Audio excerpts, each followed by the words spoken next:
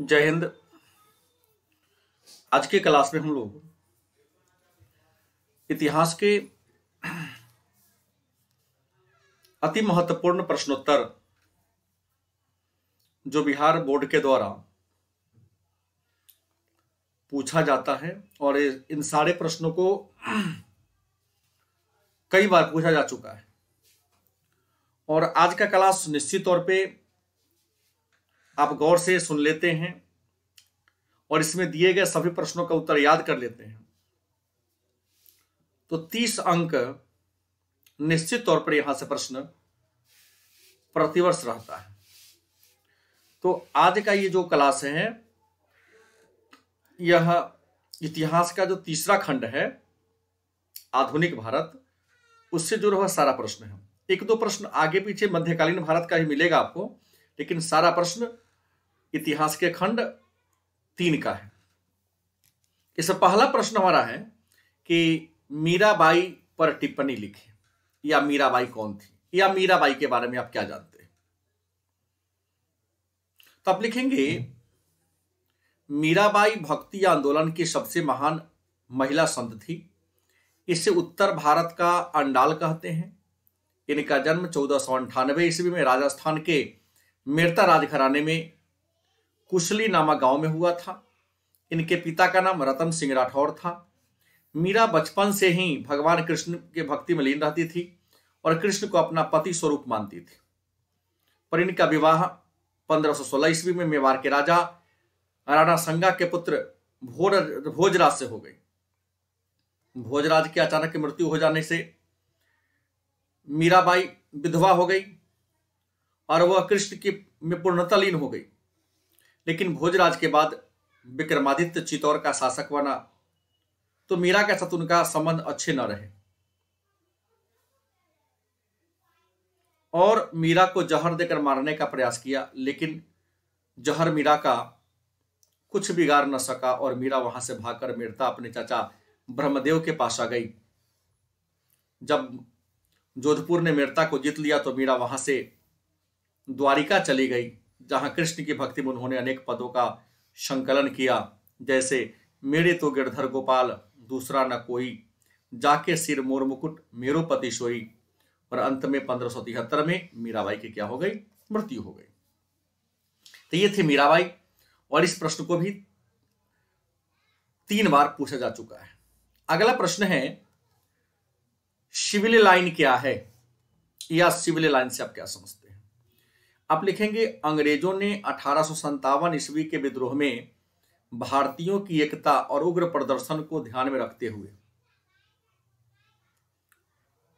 अपनी सुरक्षा के लिए भारतीयों की बस्ती से अलग एक नई सुरक्षित बस्ती बसाई, जिसके चारों ओर दीवार और दीवार के बाद पुलिस की प्रचुर व्यवस्था किया। उसी सुरक्षित बस्ती को सिविल लाइन के नाम से जानते हैं। अगला प्रश्न है विदेशी लेखकों व कलाकारों ने सिपाही विद्रोह को किस रूप में देखा। मतलब कलाकारों और लेखकों ने सिपाही विद्रोह को किस रूप में देखा।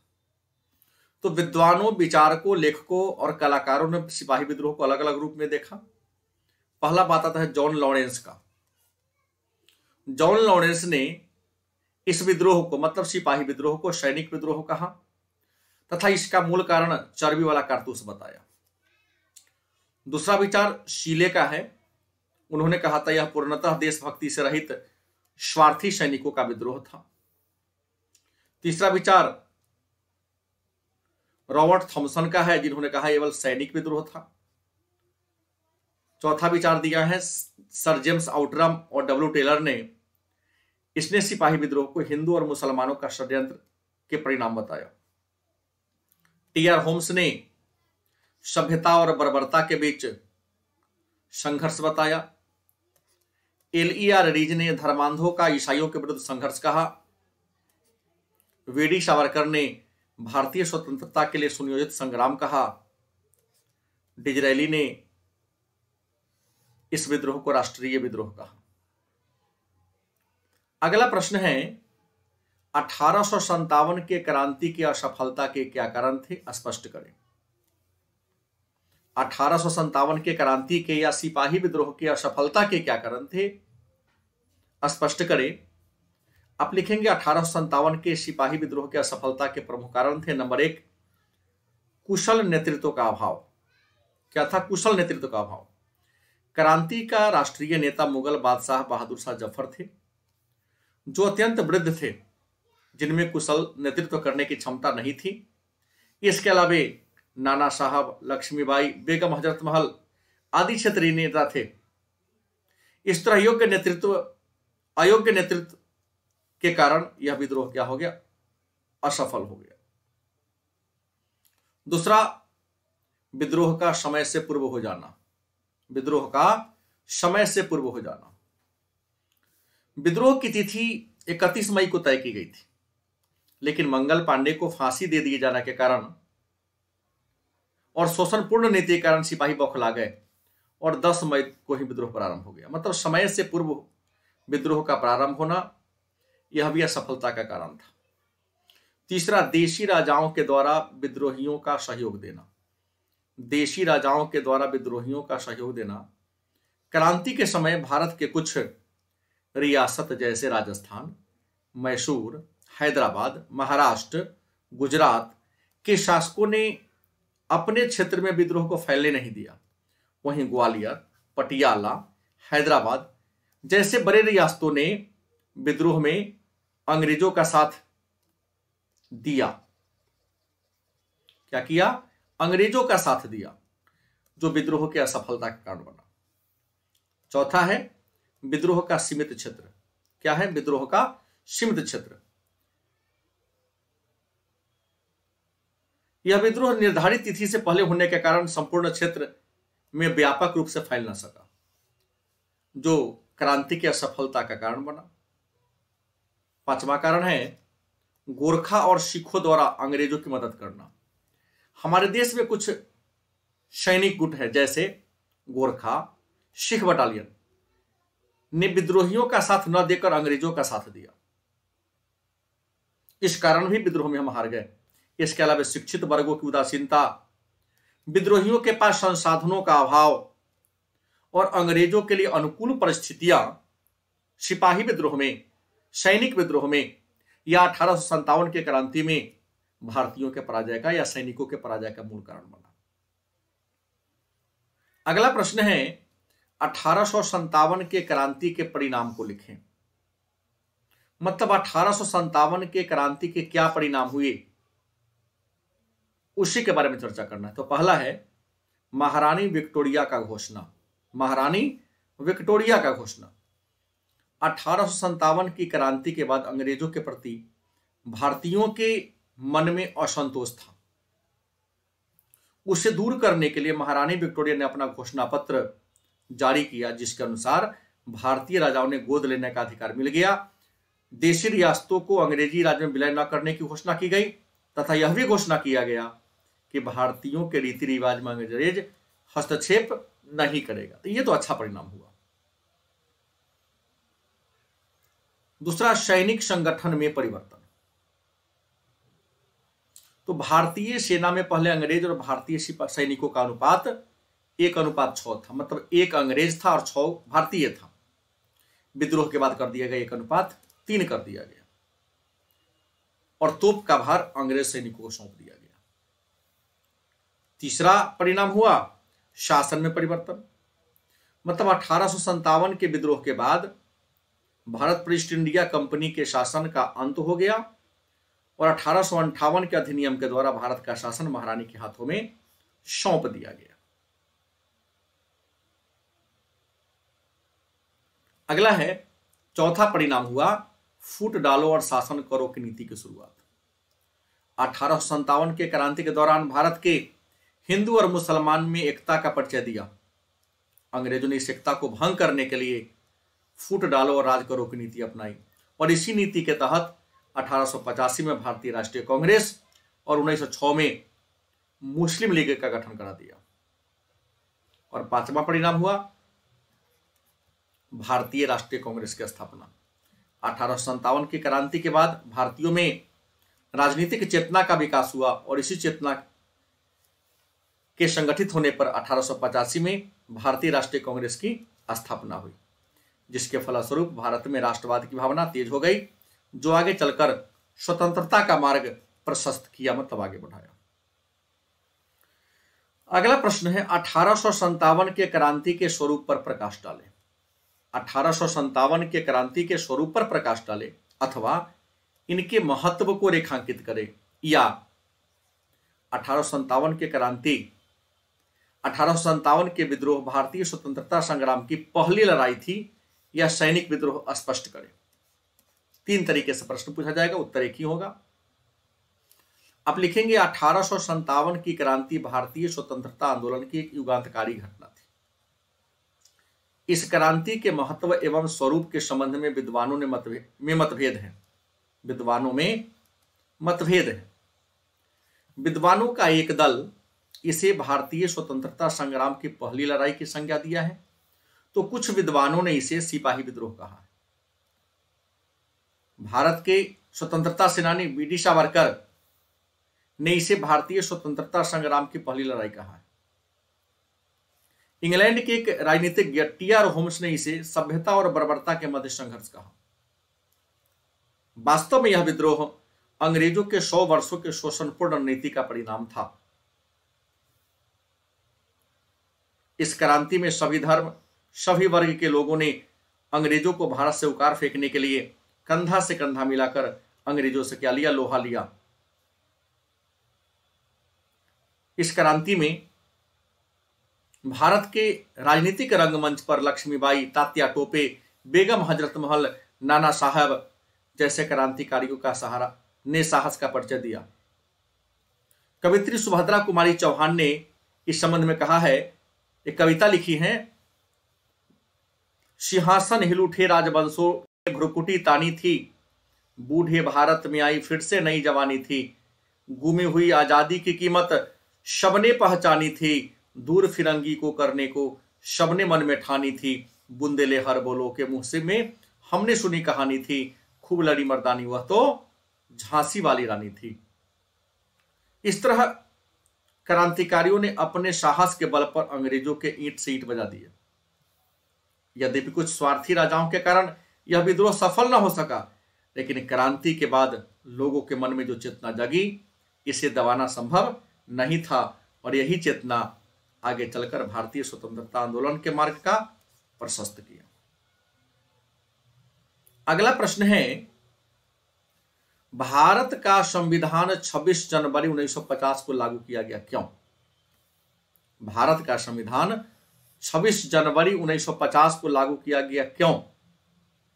अब लिखेंगे, हमारा संविधान 26 जनवरी 1950 को ऐतिहासिक कारणों से लागू किया गया, क्योंकि 1929 ईस्वी में कांग्रेस पार्टी के लाहौर अधिवेशन में यह निर्णय लिया गया कि 26 जनवरी 1930 को संपूर्ण स्वाधीनता दिवस या पूर्ण स्वाधीनता दिवस मनाया जाएगा।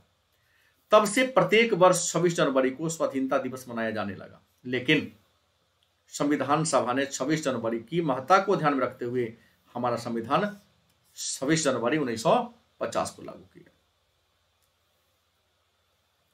अगला प्रश्न है, रॉलेट एक्ट क्या है? रॉलेट एक्ट क्या है, इसे काला कानून क्यों कहते हैं? रॉलेट एक्ट क्या है, इसे काला कानून क्यों कहते हैं? उत्तर होगा, भारत में उठ रही राष्ट्रवाद की भावना को दबाने के लिए ब्रिटेन की संसद ने सर सिडनी रॉलेट की अध्यक्षता में एक दमनकारी कानून पारित किया, जिसे ही रॉलेट एक्ट के नाम से जानते हैं। इस एक्ट का नारा था, कोई वकील नहीं, कोई दलील नहीं तथा कोई अपील नहीं, इसीलिए इसे काला कानून कहते हैं। यह कानून 1919 ईस्वी में भारत आया था। अगला प्रश्न है, चंपारण सत्याग्रह के क्या कारण थे? आप लिखेंगे, चंपारण सत्याग्रह के निम्नलिखित कारण थे। पहला, तिनकठिया व्यवस्था। दूसरा, बागान मालिकों द्वारा किसानों पर किया जा रहा अत्याचार, या यूं कहें किसानों पर किया जा रहा अत्याचार। तीसरा, ऊंची भूराजस्व की दर, मतलब लगान का दर ज्यादा होना। चौथा, किसानों को उनके उपज का उचित मूल्य न मिलना। अगला प्रश्न है, दांडी मार्च से आप क्या समझते हैं? दांडी मार्च क्या है या दांडी मार्च से आप क्या समझते हैं? उत्तर होगा, अंग्रेजों ने जब नमक पर राजस्व बढ़ा दिया, मतलब कर बढ़ा दिया, अंग्रेजों ने जब भारत पर राजस्व बढ़ा दिया, तब उसके विरोध में महात्मा गांधी 12 मार्च 1930 को साबरमती आश्रम से 78 सदस्यों के साथ एक यात्रा निकाली तथा 24 दिनों में 240 मील की यात्रा कर 5 अप्रैल 1930 को गुजरात के में स्थित दांडी नामक गांव में पहुंचे और अगले दिन समुद्र के जल से नमक बनाकर नमक कानून को तोड़ा। इसे ही दांडी यात्रा या दांडी कूच के नाम से जानते हैं। अगला प्रश्न है, चंपारण सत्याग्रह पर टिप्पणी लिखें या चंपारण सत्याग्रह क्या है? या इस प्रश्न को लिख सकते हैं आप, इसका उत्तर दे सकते हैं कि चंपारण सत्याग्रह क्या है। तो चंपारण बिहार का एक प्रमुख जिला है जहां 19वीं सदी में गोरे बागान मालिकों ने किसानों के साथ एक अनुबंध किया। इसके तहत किसानों को अपने 20 कट्ठा जमीन के 3 कट्ठा जमीन पर नील की खेती करनी थी। नील की खेती से भूमि की उर्वरता में कमी आती थी, अतः किसान इससे मुक्ति होना चाहते थे। यद्यपि 1908 में 3 कट्ठिया व्यवस्था में सुधार लाने के लिए कानून पारित किया गया, लेकिन इससे किसानों की खास फायदा नहीं हुआ। दूसरी ओर जर्मनी में कृत्रिम नील के निर्माण से भारतीय नील की मांग में कमी आ गई और किसान के लिए यह घाटे का कारोबार हो गया। अतः 1917 ईस्वी में महात्मा गांधी राजकुमार शुक्ल के आग्रह पर चंपारण आए तथा किसानों के समस्या को सही पाया और उनके स्थिति में सुधार लाने के लिए आंदोलन चलाया, जिसे ही चंपारण सत्याग्रह के नाम से या चंपारण किसान आंदोलन के नाम से जानते हैं। इसमें गांधी ने किसानों से लिया गया 25% अवैध राशि को वसूल करवाई।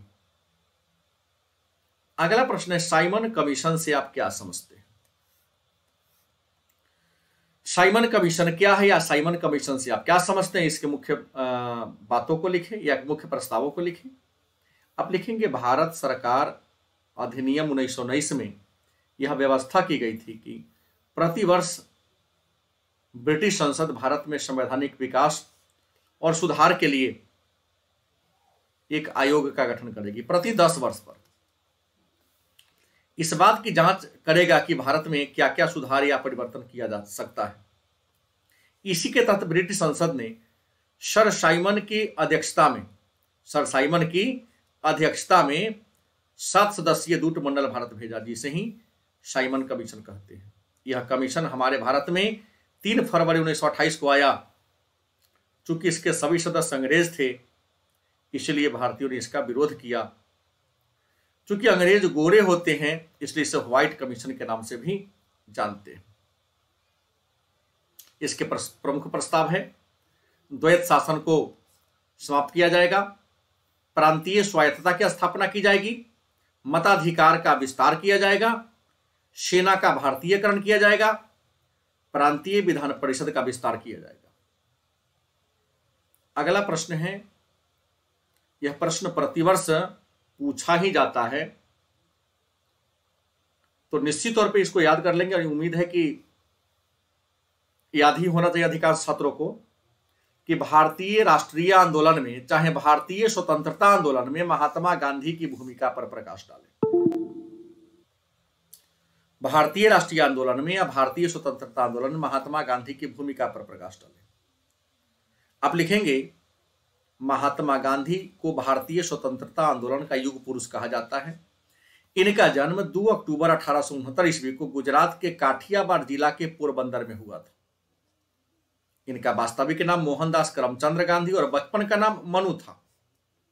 इनकी प्रारंभिक शिक्षा राजकोट के अल्फ्रेड हाई स्कूल में हुई थी और वकालत की शिक्षा प्राप्त करने के लिए 1888 में इंग्लैंड गए। 13 वर्ष की अवस्था में इनका विवाह कस्तूरबा गांधी के साथ हुआ। इंग्लैंड से वकालत की शिक्षा प्राप्त करके जब वे स्वदेश लौटे तब बॉम्बे हाई कोर्ट में वकालत करना शुरू कर दी। इसी दौरान अब्दुल्ला नामक भारतीय व्यापारी के मुकदमा को लेकर 1893 ईस्वी में दक्षिण अफ्रीका गए, जहां इन्होंने रंग भेद की नीति को देखा और इसके विरोध में सत्याग्रह किया। 20 वर्ष बाद ये अफ्रीका से 9 जनवरी 1919 को भारत आए, जहां इन्होंने अंग्रेजों के अत्याचार को देखा। इन्होंने गोपाल कृष्ण गोखले को अपना राजनीतिक गुरु मानकर संपूर्ण भारत का दौरा किया और लोगों में राष्ट्रीयता का बीज बोया। 1917 में चंपारण सत्याग्रह से भारतीय राजनीति में प्रवेश किया तथा सत्य और अहिंसा पर चलते हुए 1920 में असहयोग आंदोलन, 1930 में सविनय अवज्ञा आंदोलन तथा 1942 में भारत छोड़ो आंदोलन के प्रयास आंदोलन प्रारंभ किया और इन्हीं के प्रयास से आंदोलन यहां पर चलाया। शब्द छूट गया है। और उसके बाद इन्हीं के, यहां जोड़ देंगे आप लोग, इन्हीं के प्रयास से हमारा भारत 15 अगस्त 1947 को वर्षों की दास्ता से मतलब गुलामी से मुक्त हुआ। सुभाष चंद्र बोस ने इन्हें राष्ट्रपिता, रविंद्रनाथ टैगोर ने इन्हें महात्मा की उपाधि दी तथा भारतीय लोग इन्हें बापू के नाम से पुकारते हैं। 30 जनवरी 1948 को नाथूराम गोडसे ने इन्हें गोली मारकर हत्या कर दी। इनकी मृत्यु पर हम लोग प्रतिवर्ष शहीद दिवस क्या करते हैं, मनाते हैं। अगला प्रश्न है, गोलमेज सम्मेलन क्यों आयोजित किया गया? इसके कार्यों की विवेचना करें। गोलमेज सम्मेलन क्यों आयोजित किया गया, इसके कार्यों की विवेचना करें। आप लिखेंगे, महात्मा गांधी ने दांडी यात्रा के साथ 1930 में दूसरा राष्ट्रव्यापी आंदोलन प्रारंभ किया, जो इतिहास में सविनय अवज्ञा आंदोलन के नाम से प्रसिद्ध है। यह आंदोलन एकाएक इतना व्यापक स्वरूप धारण कर लिया कि ऐसा प्रतीत होने लगा कि ब्रिटिश साम्राज्य का अंत भारत से सफाया हो जाएगा। इस आंदोलन के प्रभाव को कम करने के लिए अंग्रेजों ने कठोर दमन चक्र चलाया, लेकिन इसका खास फायदा नहीं हुआ। अतः परिस्थिति को देखते हुए ब्रिटिश प्रधानमंत्री रैमजे मैकडोनाल्ड ने भारत के सभी रियासतों, राजनीतिक दलों में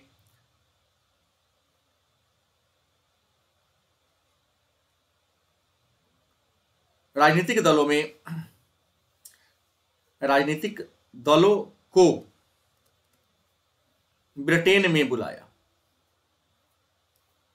यहां पर भारत छोड़ो आंदोलन, ये लाइन गलत है। दलों को ब्रिटेन में, दलों को यहां पढ़ लेंगे, ब्रिटेन में बुलाया।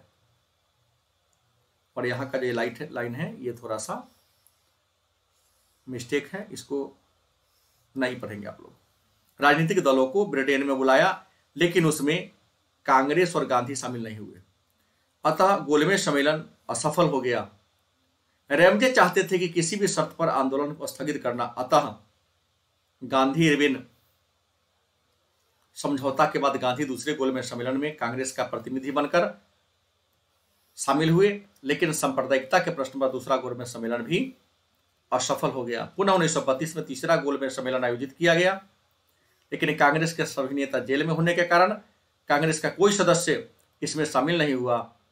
अतः 1932 में ब्रिटिश प्रधानमंत्री ने हिंदू समाज से हरिजनों को अलग कर दिया और फूट डालो और शासन करो की नीति का विस्तार किया। मतलब गोलमेज सम्मेलन बुलाने का उद्देश्य था सविनय अवज्ञा आंदोलन के प्रभाव को कम करना। अगला प्रश्न है, कांग्रेस में उग्रवादियों की भूमिका का परीक्षण करें। कांग्रेस में उग्रवादियों की भूमिका का परीक्षण करें। आप लिखेंगे, भारतीय स्वतंत्रता आंदोलन के 3 चरण हैं, इसमें उदारवादी चरण 1885 से 1905, 1905 से 19 तक गांधी युग,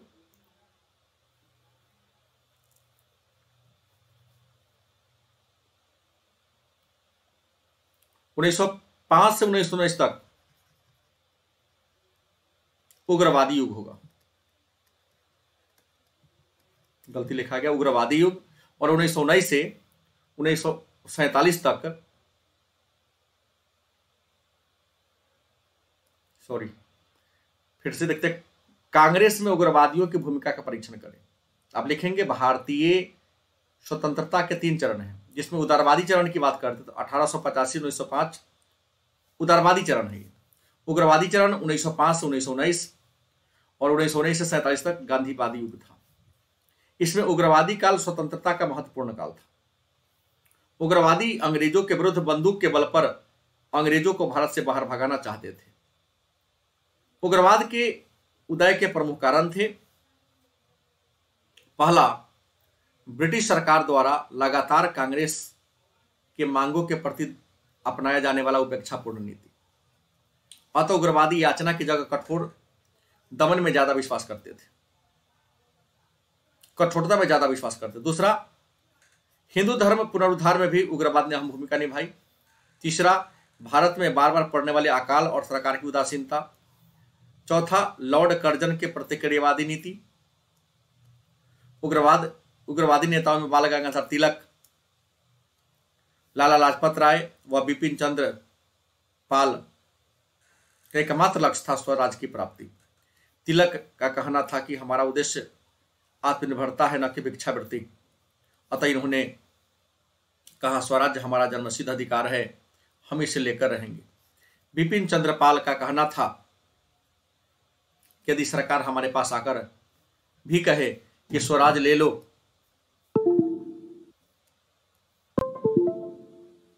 तो हम उनसे उपहार के लिए धन्यवाद कहते हुए कहूंगा कि मैं उस वस्तु को स्वीकार नहीं करता जिससे प्राप्त करने में हमें सामर्थ्य नहीं है।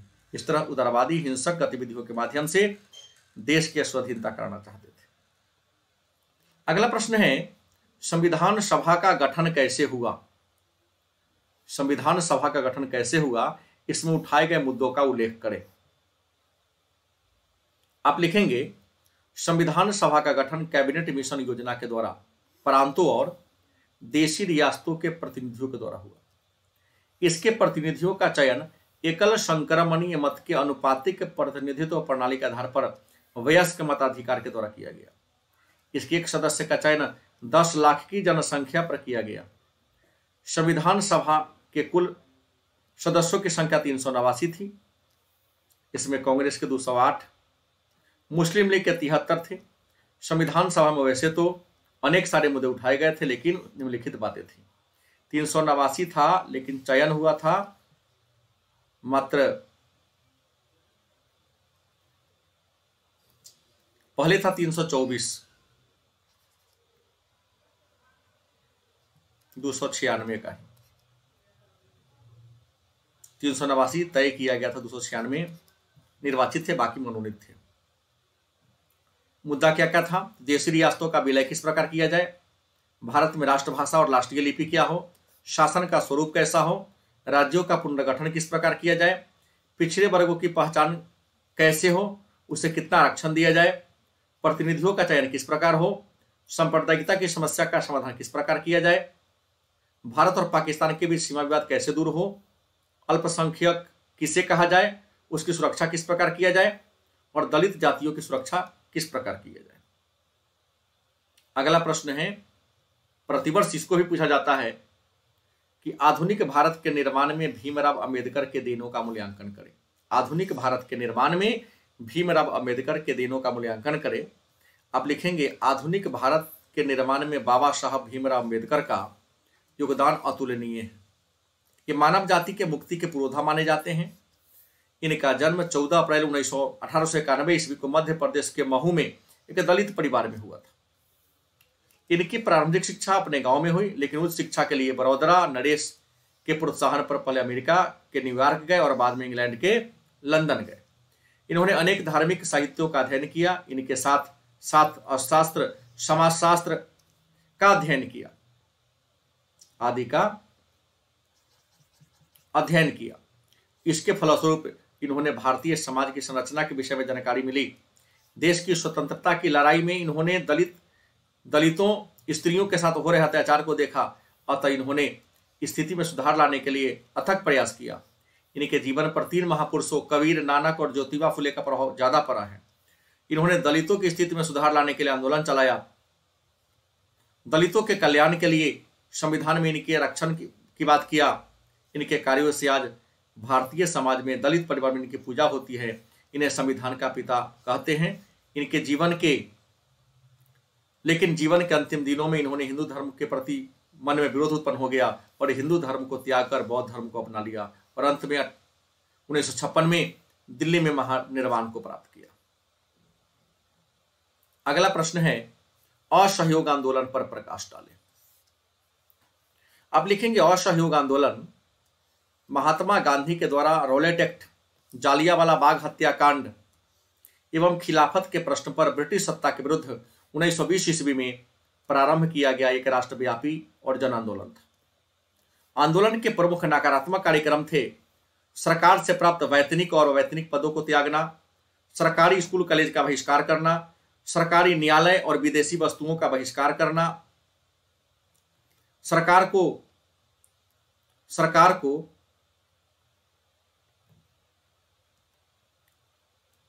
कर न देना, सरकार को कर ना देना और मद्यपान निषेध करना। इसके रचनात्मक कार्यक्रम थे। राष्ट्रीय स्कूल की स्थापना की गई, आपसी विवाद को दूर करने के लिए ग्राम पंचायत की स्थापना की गई, घर घर में चरखा बांटा गया, हथकरघा और बुनाई उद्योग को बढ़ावा दिया गया, हिंदू मुसलमानों के बीच एकता स्थापित की गई। यह आंदोलन देखते ही देखते राष्ट्रव्यापी रूप धारण कर लिया। इसमें सभी समुदाय के लोगों ने हिस्सा लिया। विदेशी कपड़ों की होली जलाई गई। आंदोलन के विभीषिका को देखकर अंग्रेज सरकार ने आंदोलन को दबाने के लिए कठोर दमन चक्र चलाया। दमन चक्र के कारण आंदोलनकारियों का गुस्सा फूट पड़ा और 5 फरवरी 1922 को उत्तर प्रदेश के गोरखपुर जिला के चौड़ी चौरा गांव में आंदोलनकारियों ने एक पुलिस थाना को घेर लिया तथा उसमें आग लगा दी। इसमें 22 पुलिसकर्मी जिंदा जलकर मर गए। इस घटना से दुखी होकर महात्मा गांधी ने 12 फरवरी 1922 को आंदोलन वापस ले लिया। अगला प्रश्न है सविनय अवज्ञा आंदोलन पर प्रकाश डालें। सविनय अवज्ञा आंदोलन पर प्रकाश डालें। आप लिखेंगे सविनय अवज्ञा आंदोलन महात्मा गांधी के द्वारा दांडी यात्रा के साथ प्रारंभ किया गया दूसरा राष्ट्रव्यापी आंदोलन था। इस आंदोलन की शुरुआत 12 मार्च 1930 को नमक सत्याग्रह के साथ साबरमती आश्रम से हुआ। इस आंदोलन के प्रमुख कार्यक्रम थे प्रत्येक गांव में अंग्रेजों के नमक कानून को तोड़ना, सरकार को कर ना देना, अफीम, शराब, अफीम और अन्य प्रकार के मादक द्रव्यों की दुकान पर धरना देना, विदेशियों के कपड़े की होली जलाना। इस आंदोलन के दौरान महात्मा गांधी को 4 मई 1930 को गिरफ्तार कर लिया गया, लेकिन इस पर आंदोलन कोई प्रभाव नहीं आई। आंदोलनकारियों ने विदेशी कपड़ों की होली जलाई, महिलाओं ने शराब की दुकान पर धरना दिया,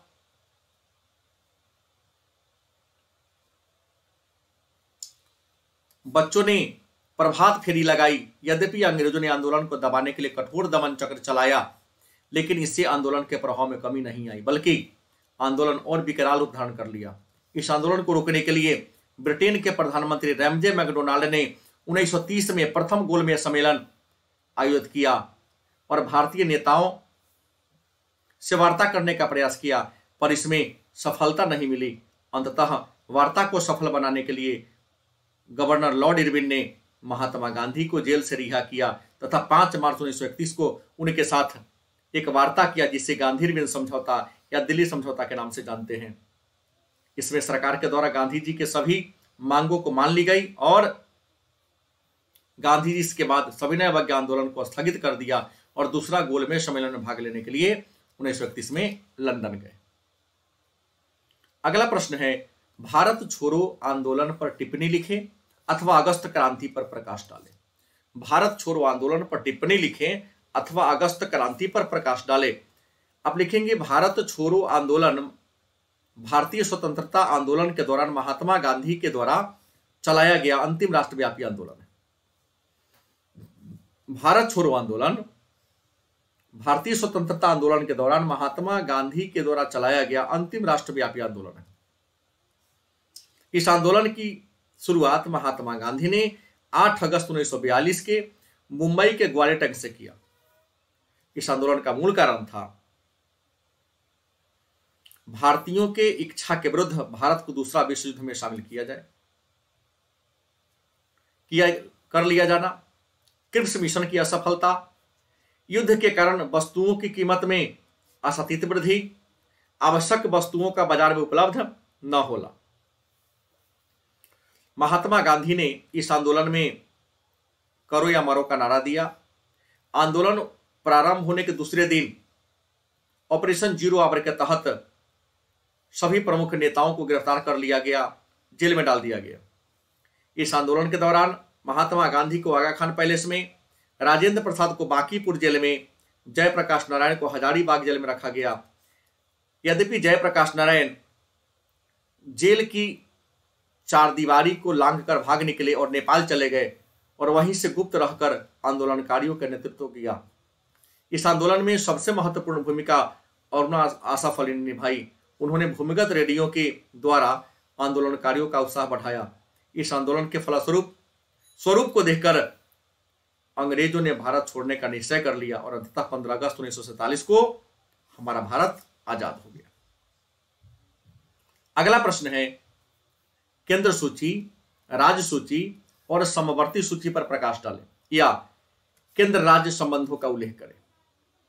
आप लिखेंगे भारतीय संविधान के 7वीं अनुसूची में केंद्र और राज्यों के बीच शक्तियों का विभाजन किया गया है।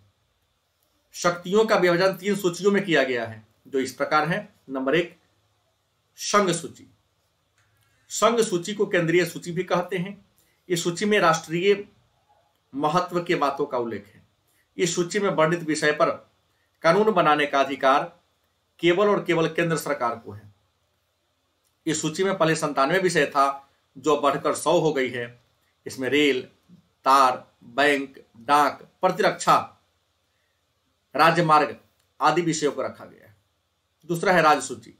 राज्य सूची जिसे प्रांतीय सूची भी कहते हैं। इस सूची में जिन बातों का उल्लेख है उस पर कानून बनाने का अधिकार राज्य सरकार को है, लेकिन विशेष परिस्थिति में राज्यसभा के अनुमोदन पर इसमें वर्णित विषय पर केंद्र सरकार कानून बना सकती है। इस सूची में 66 विषय है जैसे पुलिस, जेल, भूराजस्व, मनोरंजन। अगला है समवर्ती सूची। इस सूची में पहले 52 विषय था जो वर्तमान में 47 हो गई है। इसमें वर्णित विषय पर कानून बनाने का अधिकार केंद्र सरकार और राज्य सरकार दोनों का है, लेकिन यदि किसी विषय पर दोनों में मतभेद हो जाए तो केंद्र सरकार के द्वारा बनाया गया कानून ही क्या होगा, मान्य होगा। इस सूची में वर्णित विषय हैं शिक्षा, जनसंख्या नियंत्रण, पर्यावरण, वन। अगला प्रश्न है जालियांवाला बाग हत्याकांड पर प्रकाश डालें। आप लिखेंगे रॉलेट एक्ट के तहत अंग्रेजों ने पंजाब के 2 कांग्रेसी नेता डॉक्टर सतपाल और सैफुद्दीन किचलू को 9 अप्रैल 1919 को बैसाखी के दिन गिरफ्तार कर लिया और उन्हें नजरबंद कर दिया। पंजाब के लोग अपने लोकप्रिय नेता की रिहाई के लिए 13 अप्रैल 1919 को पंजाब के अमृतसर जिला के जालियांवाला बाग नामक स्थान पर एक शांति सभा का आयोजन किया जिसमें लगभग 20,000 लोग इकट्ठा हुए। इस गुप्त सभा की जानकारी पंजाब के लेफ्टिनेंट गवर्नर जनरल ओडायर को हंसराज मेहता ने दी। जनरल डायर जालियांवाला बाग में प्रवेश करने वाले एकमात्र गेट को घेर लिया और बिना सूचना के उस पर गोली चलाने का क्या दे दिया, आदेश दे दिया।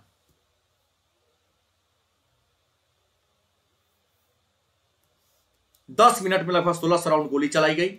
इसमें लगभग हजारों लोग मारे गए, हजारों घायल हुए, लेकिन सरकारी आंकड़ों के अनुसार 379 लोगों की ही मृत्यु हुई थी।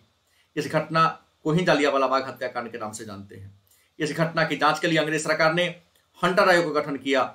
इस घटना से दुखी होकर गांधी ने, कैसर हिंद रविन्द्रनाथ टैगोर ने, सर तथा शंकर नायर ने गवर्नर जनरल की कार्यकारिणी से इस्तीफा दे दिया। नेक्स्ट है भारतीय संविधान की विशेषता को लिखें। आप लिखेंगे भारतीय संविधान की प्रमुख विशेषता निम्नलिखित हैं। नंबर 1, यह विश्व का सबसे लंबा और बड़ा संविधान है जिसमें 395 अनुच्छेद, 8 अनुसूची और 22 भाग हैं। दूसरा, इसके प्रस्तावना में भारत को प्रभुत्व संपन्न, लोकतंत्रात्मक, धर्मनिरपेक्ष, समाजवादी गणराज्य की स्थापना पर बल दिया गया है। तीसरी विशेषता है हम संविधान द्वारा भारत में संसदीय शासन प्रणाली की स्थापना की गई है। राज्य के लिए नीति निर्देशक तत्व का उल्लेख किया गया है। इसमें नागरिकों को 6 मौलिक अधिकार और 11 मौलिक कर्तव्य दिए गए।